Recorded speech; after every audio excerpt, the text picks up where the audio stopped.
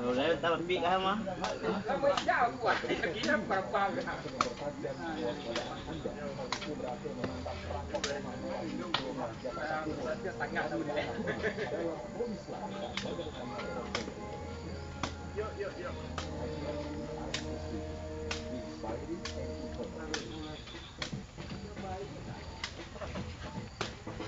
Ikuti setiap perkembangan teknologi terupdate.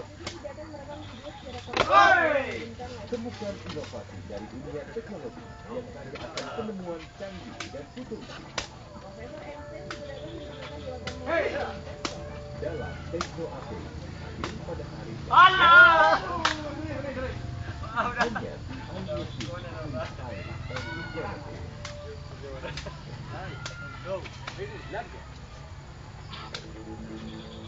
Bersama kami di iNews Petang dan selamat menunaikan ibadah sholat maghrib bagi Anda yang menjalankan. Ya pemirsa, tepatkah langkah pemerintah mengeluarkan perpu pembubaran ormas dalam situasi politik saat ini? Dan bagaimana seharusnya ormas yang anti Pancasila menjalani diri? Kami akan mendapat semua informasi dalam iNews Petang 12 Juli lalu bersama Direktur Riset Setara Institut Ismail Hasan. Bersama Direktur Riset Setara Institut Ismail Hasan di sini. Selamat petang, Bang Ismail. Bang, ini terkait dengan pembubaran HTI. Respon yang dapat dirasakan langsung oleh para ormas di Indonesia, di Jakarta khususnya juga seperti apa yang dapat terdampak langsung? Ya, karena saya tidak menjadi bagian dari ormas, saya bisa menyampaikan bahwa dalam ormas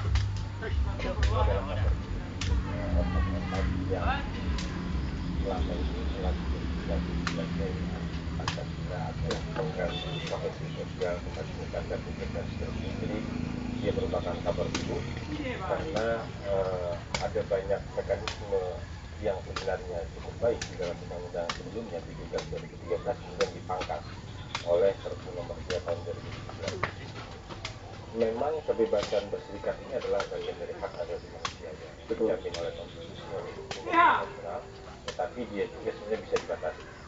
Nah, pembatasannya dan atau pada batas-batas pembubaran juga harus dilakukan dengan mekanisme judicial yang akuntabel. Apa mekanisme judicial akuntabel itu? Misalnya sebelum membubarkan harus minta pendapat ahli. Kenapa harus minta pendapat ahli? Karena setiap tindakan dari organ-organ negara harus selalu dikontrol oleh organ negara yang lain. Inilah prinsip yang boleh dalam konstitusi negara demokratis. Perpu ini kemudian menghilangkan misalnya mekanisme. Lalu juga mekanisme keberatan dari semula tersedia dalam Undang-Undang 17 2013 dihilangkan oleh Perpu ini. Sehingga siapapun yang memanfaatkan dia tidak bisa lagi mengajukan keberatan secara dalam konteks Perpu. Sekalipun dalam sistem peradilan administrasi negara, apapun produk hukum kita sebenarnya bisa dijawab peradilan administrasi. Jadi kira-kira kalau saya ada pada posisi pembahasan, ini adalah kabar buruk karena dengan Perpu ini disahkan hari ini lalu sudah dihilangkan maka Perpu itu tidak berlaku. Perpu itu tidak berlaku dalam 7 hari ke depan kalau pemerintah tetap melakukan tindakan pembubaran ini sudah bisa terjadi.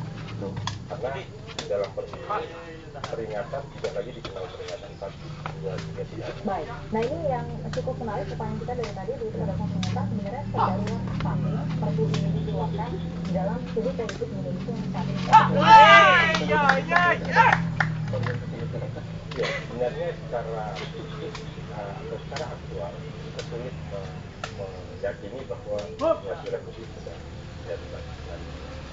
Tetapi bahwa kami memahami misalnya endorsement dari sejumlah organisasi keagamaan terhadap Perpu ini cukup kuat karena mereka di lapangan merasakan bagaimana kemudian ketegangan sosial antar kelompok di masyarakat bawah terjadi. Misalnya teman-teman NU, teman-teman Muhammadiyah yang dalam tanda kutip kalau boleh saya sebut tidak suka dengan HTI karena merasa terancam dan seterusnya. Ini terjadi di masyarakat. Itu situasi darurat yang ditafsir oleh pemerintah. Tetapi harus saya katakan, Perpu ini secara formal tak. Dia adalah jalan konstitusional bagi pemerintah untuk mencari landasan hukum baru ketika pemerintah mereka merasa tidak ada landasan hukum untuk bertindak, atau sudah ada landasan hukum tapi tidak memadai, atau sudah ada landasan hukum tapi dia tidak bisa cepat dieksekusi, maka sebuah perpu bisa dikeluarkan. Baik, ini sah, ya, tapi tidak tepat begitu kan ya? Ya, itu dia sah secara formal, ya, tapi secara substantif ya, tadi sudah diperdebatkan, ya, termasuk kalau dari sisi teman-teman organisasi yang diidentifikasi sebagai anti Pancasila itu kabar buruk, dan karena itu dalam beberapa statement mereka akan Baik, sebenarnya adalah mengatur ormas ini sendiri kan sudah ada step-step langkah-langkah yang harusnya dilakukan. Langkah ini mungkin ada lebih sistematis dan juga lebih panjang begitu langkah-langkah yang harus dilakukan. Apakah dengan memangkas langkah-langkah itu, pemerintah ini dianggap enggan untuk bernegosiasi dengan para ormas?